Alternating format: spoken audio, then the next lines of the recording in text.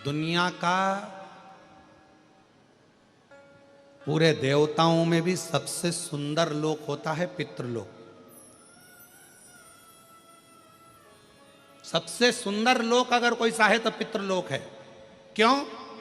कोई तुमसे पूछे कि पितृलोक, महाराज जी सीहोर वाले महाराज ने कहा कि सबसे सुंदर लोक पितृलोक होता है, क्यों ऐसा क्यों वर्णन किया गया? उसका शास्त्र प्रमाण देता है, वर्णन करता है कि बैकुंठ में भगवान नारायण रहते हैं, ब्रह्मा ब्रह्म लोक में रहते हैं, इंद्र इंद्र लोक में रहते हैं, सारे देवता अपने अपने लोकों में निवास करते हैं। पर कोई भगवान विष्णु जी से पूछे कि सबसे ज्यादा क्या आप बैकुंठ में रहते हो, कोई भगवान विष्णु जी से पूछे क्या सबसे ज्यादा आप स्वर्ग में रहते हो, भगवान नारायण कह देंगे नहीं नहीं नहीं नहीं, मैं स्वर्ग में नहीं रहता, मैं बैकुंठ में नहीं रहता। तो भगवान विष्णु से पूछा गया तुम सबसे ज्यादा कहाँ रहते हो? तो कहा भगवान नारायण अपने विष्णु पुराण के शस्त्र में वर्णन आता है, विष्णु पुराण वर्णन करती है, कुर्म पुराण वर्णन करती है, ब्रह्म विवर्त पुराण वर्णन करती है कि सबसे ज्यादा अगर कोई भगवान नारायण से पूछे कि तुम रहते कहाँ हो, तो भगवान नारायण कहते हैं कि संसार के लोग पृथ्वी पर मृत्यु लोक में जो भगवान की कथा करवाते हैं और कथा करवाने वाला जो जजमान होता है उसके जो पितृ होते हैं वो पितृ लोक में रहते हैं। तो मैं उन पितरों के पास बैठकर शिव महापुराण की कथा को श्रवण करता हूं, भागवत कथा को श्रवण करता हूं, राम कथा को श्रवण करता हूं। भगवान नारायण कहते हैं सबसे ज्यादा समय मेरा पितृलोक में निकलता है। इसलिए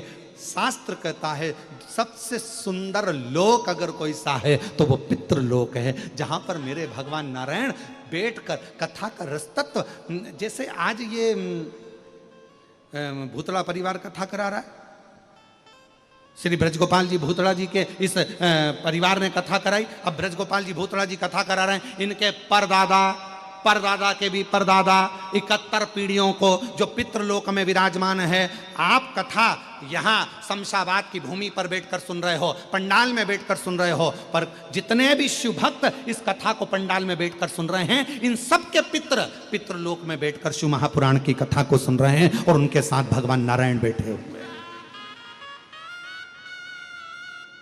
आपके साथ कौन बैठा है कथा सुनने के लिए? तो कहा मेरी धर्मपत्नी बैठी है। फिर कौन बैठा है? तो कहा हमारे पिताजी बैठे हैं। फिर कौन बैठा है? तो क्या हमारे दादाजी बैठे हैं। जैसे तुम्हारे साथ में तुम्हारे दादा, तुम्हारे पिता, तुम्हारे सास, तुम्हारे ससुर, तुम्हारे नाती, तुम्हारे रिश्तेदार तुम्हारे साथ बैठकर कथा श्रवण करते हैं, उसी तरह पितृलोक में भगवान नारायण के साथ में 33 कोटि देवता पितृलोक में रहकर भगवान की अविरल कथा को श्रवण कर कर जब भगवान की कथा पूर्ण होती है, कथा पूर्ण होने पर जब हम कर्पूर गौरम कर्णावतारम बोलते हैं, आरती पूर्ण होने पर जब सब जाने लगते हैं, तब भगवान नारायण हमारे पूर्वजों के, हमारे पितरों की पीठ पर हाथ रखकर कहते हैं देख तेरे बच्चे ने क्या कथा कराई है, तेरी बेटी ने, तेरे नाती ने, तेरे पंती ने क्या कथा कराई है, मेरा वर उनको प्रदान करते हैं। ये पितृलोक का सुख है।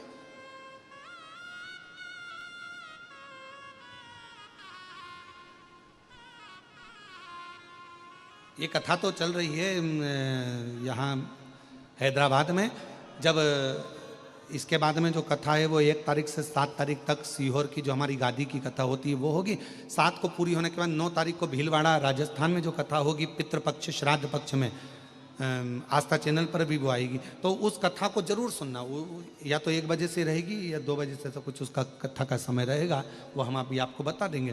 तो उसको भी जरूर सुनना, वो पितरों के ऊपर ही निर्भर रहेगी पूरी कथा। उसका नाम ही पितृ शिव महापुराण कथा रहा, उसको सुनना, बड़ा सुंदर बताऊं।